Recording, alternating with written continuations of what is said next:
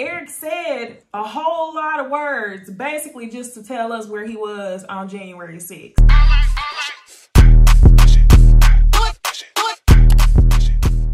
Hey y'all, it's me, C Dixon. Welcome back to my YouTube channel. If you are new here, welcome. If you are returning, y'all, welcome back. Thank you for returning to my channel, and I hope that you are subscribed. If you are, then thank you. Tonight we are reviewing The Foolishness, none other than Married at First Sight, season 12, episode 10. This episode is called Third Time's a Charm. It is the third week of marriages. We didn't get too much from this episode. We got a lot, but not a whole lot. Y'all know how it is. We get 2 hours of a long episode, but then kind of some of it is about nothing. So let's go ahead and get into the episode. The first couple that we will talk about is Virginia and Eric. All right, so the episode opens up and Virginia is asking Eric questions. And I always feel like Eric exposes himself as controlling whenever he gets into these conversations. If Virginia would not be having these tough conversations or asking these tough questions, you know, we would never find this out. Virginia also says in her confessional that she feels like there's a level of avoidance that they both go through. So Virginia's asking questions about passwords. Do you want to share passwords? She kind of had a circle around it for a little bit. Eric really didn't want to show his ass, so he tried to play like, what do you mean? What do you mean passwords? And then she ends up saying like social media, everything. And yeah, basically he says, yeah, you can have my passwords, whatever. And then she starts talking about, well, who can I text? And he's like, well, it depends on who they are. I already know your two guy friends, but if it's anyone else, then it just depends. And then they start talking about social media, and Virginia asks him another question. Well, what about who I follow or who I like or who I talk to? And he's basically like, if it's your ex-boyfriend's picture, you shouldn't be liking his pictures. And she's saying, well, what's the point in following him? And he basically says, well, you shouldn't be following him. So Eric is controlling. What's new? We knew that. Then we get a visit from Dr. Viviana. And of course, Eric and Virginia go back into this role of, oh my gosh, we're so perfect. We have so much chemistry. We're in such a great place. We're so much better than all the other couples. I feel like Eric and Virginia are in their head about how great that they really are. I think that they both want this. Virginia, sometimes. I think that they both want this. And I think that they think that in comparison to the other couples, they're amazing. But if the other couples weren't there to validate or minimize their foolishness, I don't know if they would be thinking this way. So they're talking to Viviana, Dr. Viviana. Let me put some respect on her name. And then they start discussing avoidance. They have some issues in their relationship, particularly on their views of the country. And y'all, it didn't take this episode for us to find out what Eric's views were on the country. Eric was sure to wear his Back the Blue mask on the plane to the honeymoon trip. He wore his American flag t-shirts very often throughout the episode. So you kind of already knew who he was. On top of him saying very conservative 100 times in the first episode, we knew where his opinions lied. So we knew that this was a difference for them. They talked to Dr. Viviana for a good 10 minutes on our screen, and they say so many words at the same time while saying nothing. Basically, they have different views of opinions. Eric says he's not going to change his mind. Virginia's not going to change her mind. And basically, the only person who has an issue with their difference of opinion is Virginia. Hence, I see why Virginia doesn't know if she wants to have kids. Because it's like, I don't know if those types of relationships work, because you can just look at, sometimes you can say politics are just politics. But the type of people like Eric who likes to make his political beliefs a lifestyle, those are the type of people where their political beliefs are rooted in everything that they do. And basically, a lot of times they will put historic traditions over human rights, okay? I don't want to dig into that. That's why I think that sometimes whenever you have a difference of beliefs in politics, your relationship can sometimes cause issues, okay? Eric said a whole lot of words, basically just to tell us where he was on January 6th, okay? Just go ahead and tell us where you was at on January 6th, Eric. I think that's going to be an issue. Y'all comment below. Y'all tell me, do relationships work whenever the couples have differing political opinions? I don't think so. So they talk about having children. Eric says he doesn't want to wait until he's almost 40 or almost 38 to have children. And Virginia is on the fence. we see why, y'all. Later on in the episode, the last scene that we get with Eric and Virginia are in the bed. They have this exercise called 5 minutes, and they want to have real conversations with each other. Virginia's all dressed up. Mind you, y'all, Virginia got herself a good old country girl tan because she was definitely looking more bronze this episode. She was sure to have her purple eyeshadow on that I cannot stand. She had that on the whole episode, her lipstick on, so she was feeling herself after that tan. But you guys, I cannot talk about Virginia this episode without congratulating her because I don't think we saw a drink in her hand the whole episode, okay? Y'all tell me if, you know, my memory is deceiving me, but I don't think that we saw Virginia with a drink. And if we did, it was probably only one time. So we're going to go ahead and say, congratulations, Virginia. So during the 5-minute conversation, Eric reveals that he's been cheated on in every single relationship that he has been in. And I was like, that's why. That's exactly why you are the way that you are. Virginia reveals that, you know, she talks about her family and that she had to cut her dad off for a certain period of time because she always felt like she was the middleman in her parents' toxic relationship. So she stopped talking to her dad and actually had to move in with her aunt. So because of the toxicity between her parents, she doesn't know if she would even want to bring a child into this world to have to deal with that. So I think that the 5-minute conversation that Eric and Virginia had was really important. And I was glad to see them talk on camera. Both of them had already said things that we knew about them, especially Eric. Eric didn't have to tell us that he had been cheated on every single relationship that he's been in. My thing with Eric is, were you cheated on for no reason or were you cheated on because you were controlling? Y'all know, haven't y'all heard like really strict parents raise rebellious kids or secretive kids? And I feel like the same can kind of be said in a relationship. Whenever you're super controlling of your partner or really strict with rules and stuff like that, your partner's going to do things behind your back. So I want to know, in Eric's previous relationships, were you controlling from the jump or is this something that kind of just built up over time? You claim it was something that was built up over time, but who knows? So y'all, let's go ahead and get into the next couple, Brianna and Vincent. All right, so Brianna and Vincent get a visit from Dr. Viviana. And I didn't even talk about this at the beginning, but y'all, Dr. Viviana is my favorite of the experts. She will tell it like it is. She spots bullshit, similar to Pastor Cal, and she calls it out. Like, she in so many ways, like, no, we're going to go there. Oh, you're bullshitting. I'm going to keep asking you questions about it. So that's why I like Dr. Viviana. So she pays Brianna and Vincent a visit and, you know, she's talking about, oh yeah, I'm hearing that you guys are really great. So why is it that your relationship is so great? And Vincent says, you know, I just wanted someone silly, someone goofy, someone that I could, you know, have fun with. And she says, okay, but what about whenever you guys are having rough times in your relationship? And then all of a sudden they both get this crazy look on their face because it's like, what rough times? And Brianna's sitting there like, can I talk about it or can I not?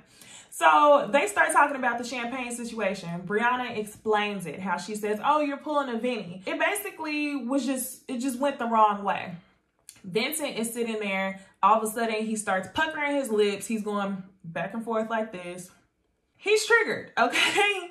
I think Vincent was bothered that it was even being brought to light that he acted like that again. And I feel like Brianna has to tread lightly. I think Vincent knows that he has caused Brianna to try to sort of retreat sometimes. Like, she can't really say what she's typically used to saying because she's scared of how you'll react. And I find myself as a viewer watching the show and being like, uh-oh, Brianna, uh-oh, don't say this, uh-oh, don't say that, don't say he had guacamole on his lips. There's definitely some negative results that's coming from the way that Vincent is acting. So now Dr. Viviana says, okay, so what happened at the dance studio? And y'all, I already told y'all I thought that episode was hilarious. Vincent was just overboard. He was completely overboard. And as soon as she says what happened at the dance studio, Vincent says, I'll take this one. So that's what I'm saying, y'all. Vincent didn't want anybody to have control of the narrative, but you're so embarrassed that you feel like you have to tell the story in a way to where you're presented in a better light. They're another couple, okay, y'all? They're another couple where it's like they're really good when they're good. But I feel as if they're so smitten with each other, their relationship is looking better than what it really is. Brianna and Vincent are looking like the best couple, but whenever you look at the lineup of couples on this show, that's not very hard. That's not very hard at all. That's not saying a lot. So I am rooting for Brianna and Vincent, but... So anyway, at the dance lesson, he says that, you know, he was just freaking out. His shirt was tight. Brianna been cooking. He was feeling self-conscious. We knew that, okay? We knew that you were insecure in that moment, and that's why you were acting out. And he says that the last thing he wants Brianna to do is to shut down because of the way he's acting. But my thing is like, you're saying that now. All I can do is hope that in the future you don't react or blow up in a certain way to where Brianna feels like she has to change herself or walk on thin ice around you. And then he says that he's not delicate. Vincent. Ooh, Vincent. What are you talking about? Vincent is as delicate as a newborn baby. Vincent is as delicate as wine glasses from the Dollar Tree. So now we will get into Paige and Chris. Dumb and Dumber. Clown and Clownette Jr. I seriously watched this episode and considered not even speaking of Foolish and Foolery, of Dumb and Dumber. I can't. I really considered not even speaking of them. So let me wrap this up, you guys. Same old shit. Last episode, they decided to reset. Hi, I'm Chris. Hi, I'm Paige. Nothing has happened since then, okay? Chris said what he thought would make him look good on camera, so he decided to say that he wanted to work on his marriage, even though he really didn't want to. And now Paige is back at the apartment all by her lonesome. Nothing has happened. He comes over because Dr. Viviana is paying them a visit. And he walks in with his tight-ass skinny jeans and his curvaceous thighs. And he's looking directly in the camera, which I think is so weird. And that also tells me that he's worried about his perception or how he's going to be perceived. So as dumb as Chris is, he's doing everything that he can in his mind to make himself look better. And it's sad that this is what he thinks is better. So Dr. Viviana comes, she knocks on the door, and Chris says to Paige, "This is your house, yo." Paige gets up and answers the door for Dr. Viviana. And Dr. Viviana comes and she is right with the shade. She says that we're getting a completely different Chris than what we got during the interview process. What's going on? This boy claims that he's been depressed ever since he found out that, you know, he's having a baby. Bullshit. Dr. Viviana asked Paige, well, why stay? Very good question, Dr. Viviana. Dr. Viviana, I was hoping and praying that before you went into this room with Paige, that you would give her the same strength that you gave Mindy seasons ago to leave Zach. But Paige isn't as smart as Mindy. And Mindy also was not biblically brainwashing herself. So that's not going to work in this situation. Dr. Viviana, you tried. I see you. So she says, why do you stay? And Paige says, well, this is the woman that, you know, God would want me to be, and we made a covenant, and under God, this is the blah, blah, blah, blah, blah, blah, blah, blah, blah, blah. I'm going to be a dumbass, blah, blah, blah, blah. I'm going to get my back blown out, blah, blah, blah, blah. I'm going to be a stepmom, blah, blah, blah, blah, blah. I don't have the patience for them, y'all. So Chris says everything feels forced. And Dr. Viviana says, well, what do you want? Chris says, not a thing. Chris doesn't want anything from this. That's why he didn't have an answer. And he says it's sad because it's so confusing. Confusing? How? It's not confusing at all. I think you're in your head because you're trying to make yourself look good. You've done so many things to try to run this girl off of you, but Paige is stuck to you like an MF and leech. She's not going anywhere. She's sucking all the blood from your body, the blood of Jesus. So Dr. Viviana says, Paige, what do you want? And Paige says, well, I just want a phone call. I just want a text message. Friendship, friendship, friendship. Chris says, well, I'd rather meet up in person. It's back and forth bullshit, y'all. I'm not even about to go. I'm done with that scene. Let's go to the next scene. They have a Bible study scene. And Chris brings over chicken. He said that he wanted Paige to lead Bible study the last time that they met. And for a second, I thought that he was going to have her lead Bible study in front of other people. How foolish of me, y'all. Chris doesn't want Paige. He's not going to bring her around other people. So the Bible study was supposed to be between Chris and Paige alone. He brings her chicken in a plastic bag, okay? They go back and forth. Paige really wants his marriage. She's taking notes. She's highlighting her Bible. Chris does not lead prayer over food. Chris does not have anything for them to study at all. He brings his ass there to tell her that he has bought his baby mother a brand new Benz. And this is another reason why I tell y'all that Chris is broke. When I say broke, it's B-R-O-Q-U-E, because you're fancy broke. You didn't have to come on TV and let everybody know that you bought her a brand new car, nor did you have to let everybody know that you bought her a Benz at that. So I'm like, okay, wealth is quiet, okay? If you're wealthy, you don't have to say anything. But if you have a little bit of money, of course you gotta flash it everywhere. So yet again, Paige is looking dumb. Paige got chicken in a plastic to-go sack, no Bible verses. Baby mother's getting brand new Benz. So if you like it, I love it, Paige. All right, let's move on to the next couple, y'all. Next, we are going into Haley and Jacob. After the last episode, I was under the understanding that Haley and Jacob were resetting their marriage and that Haley couldn't hold anything against Jacob and Jacob couldn't hold anything against her. We get the same thing from them every single episode, and it's all because of Haley. It's kind of what I knew.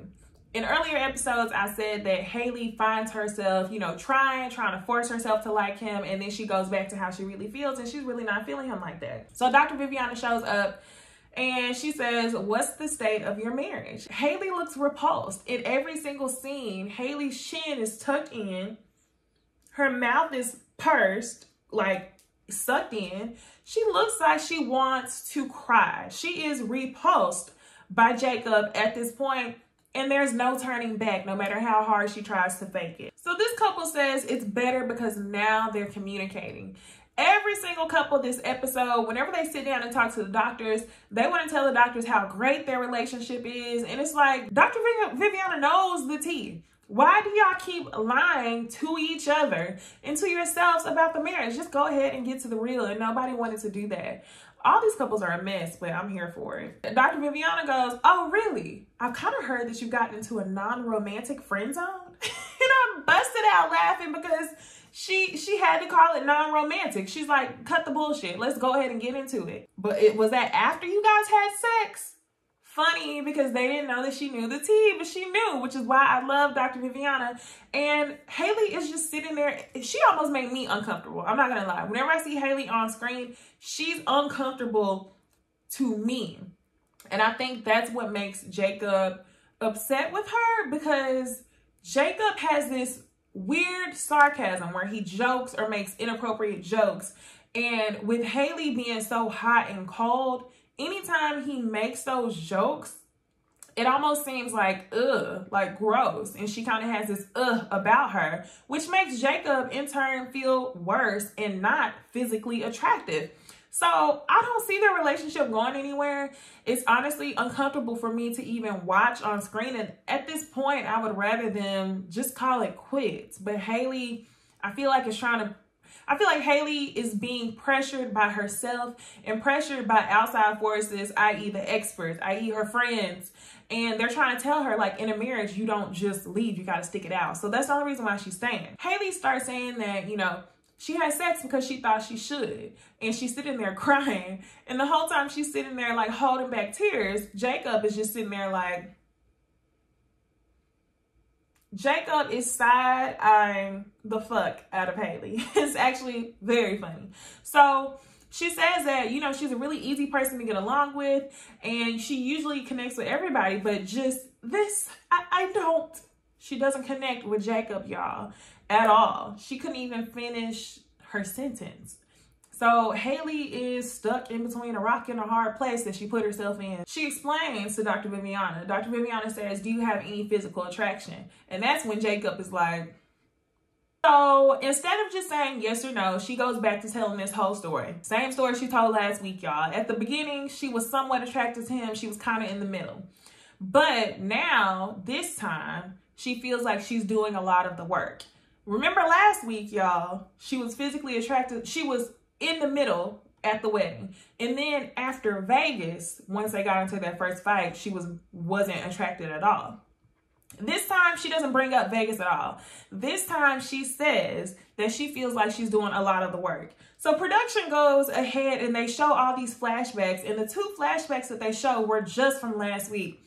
In my opinion, Haley's not doing any more work than Jacob. Haley is creating more work for herself, solving the problems that she's caused internally, and then she's exhausted by all the work that she's having to put in. So it's like, Haley, what work are you talking about? Again, it seems like they may reset. I hate to use that word, but Dr. Viviana asked them to begin sleeping in the same bed, giving each other kisses good night, kisses good morning, and things of that nature to try to like force herself into some intimacy, because this whole time they haven't even been sleeping in the same bed. Dr. Viviana comes back another time. This time she meets with Haley for a check-in, and she goes over Haley's questionnaire. And similar to what I just said, Haley picks people apart, and then she feels bad, and then she's like, I'm gonna do better next time. So I think that's what Haley is doing with Jacob, but it's definitely to the point to where I don't see a return for Haley and Jacob. And honestly, Haley's doing so much damage in this relationship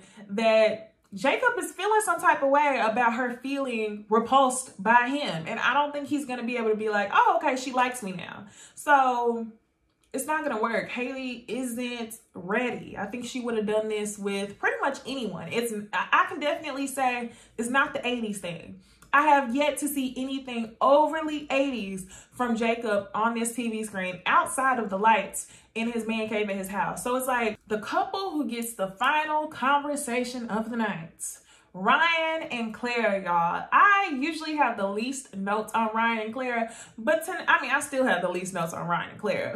But since this episode was about sex and them being the most boring couple on the show, I figured what an interesting conversation they're going to have with Dr. Viviana. And yes, it was an interesting conversation. So they ask each other questions. This is before Dr. Viviana gets there. And Claire asked Ryan, what would make it hard for you to be intimate or me to be intimate with you? And again, I don't even know what Ryan says, but he goes along saying something about trust. That's his key thing, trust. And then Claire says, how do we make sex life better? And Ryan asks Claire that question. And Claire says, have it. And Ryan says something like trust in this and this. And as Claire is talking, y'all, he's back to doing his thing where he's like, sure. Season it up, okay? Show us that class clown personality. So Clara starts talking about her last relationship. She was in a relationship for about 3 years. They lived together. She says it was the hardest thing that she ever had to go through, which was, realizing she wasn't happy, restarting her life, learning how to pay bills on herself, getting her own place, bills by herself, getting her own place, and all this other stuff. She then explained that in her confessional, they only had sex 3 times a year. So Clara's idea of intimacy is way different than Ryan's. We're finding out that Clara, unfortunately and sadly, does not need to feel that much for her to be intimate with someone, whereas Ryan wants to feel before he gets there. I think it's sad because we see that in her conversation with Dr. Viviana, that correlation to intimacy is due to her relationships with men. So it's not like Clara just got out here and decided, yeah, I just love being free. I want to hook up with this person and that person. That's not the case. It's because the men who she chose did not value her. So I think that's a sad situation. So now Dr. Viviana shows up, y'all, and, she's asking what their relationship is like. And of course, all the couples, oh, it's so great. Ryan's like, oh, yeah, natural relationship. Even if we weren't on the show, it would just be so easy and natural. If it's natural, you wouldn't be holding back so much. Not speaking only sexually, but I feel like I don't see y'all vibe like that. So it's like, what are y'all talking about? Y'all keep saying y'all naturally get along, but I have yet to see y'all really vibe like that on the screen. Let me know if I'm missing something in the comments. I think y'all have bigger problems than just intimacy. She's asking, what are y'all struggles then, since y'all get along so well? And Claire obviously brings up sex. In Ryan's mind, he's like, hey, it's been 3 weeks. I really need a foundation to get there. So Claire says, well, what percentage would you say were there? And he says, well, I can't really put a percentage on it. And my girl, Dr. Viviana, says, no, I think we should. Let's put a percentage on it.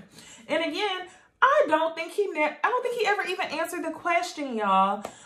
So Claire says that they've done everything but sex in her conversation with Dr. Viviana.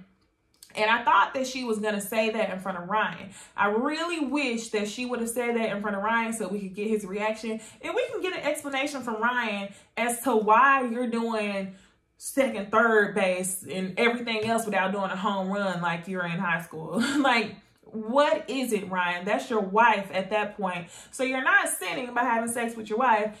Is it because you truly want a foundation, or is it because you're a virgin, like Dr. Viviana said? So to Claire, she just said sex is just sex. And this goes back to what I said in my last review, y'all. I really wish that they took a couple weeks for each individual person to go through some sort of counseling or therapy, because it sounds like Claire has a lot of hurt and a lot of disappointment in her relationships to unpack. And she feels like sex is the only way that she can be validated by Ryan. A lot of people are like, oh, well, if the shoes were flipped, if it was a girl, nobody would be going this hard. No, nobody would go this hard. But if you found out that a woman was on this show doing everything leading up until sex, everything but penetration, I would be going in on her ass. Like, it doesn't make sense. So I think Dr. Viviana may be onto something whenever she says that Ryan is a virgin. I don't know. I felt like I had thoughts adjacent to that, but I never could pinpoint it. So y'all comment below. Let me know. Is Ryan a virgin? Y'all also go in on Paige and Chris on the comments, okay? Dumb and Dumber. I'm tired of seeing them on my screen. And if y'all notice the dry face tonight, it's because I'm filming this review at night. I have something to do in the morning. I really wanted to get this video up, and I really wanted to talk to y'all about this show. So if you're not subscribed, I hope that y'all hit the subscribe button. If you like this video, please be sure to give it a thumbs up so more people can find my Married at First Sight videos. And I will see y'all in my next video. Bye, y'all.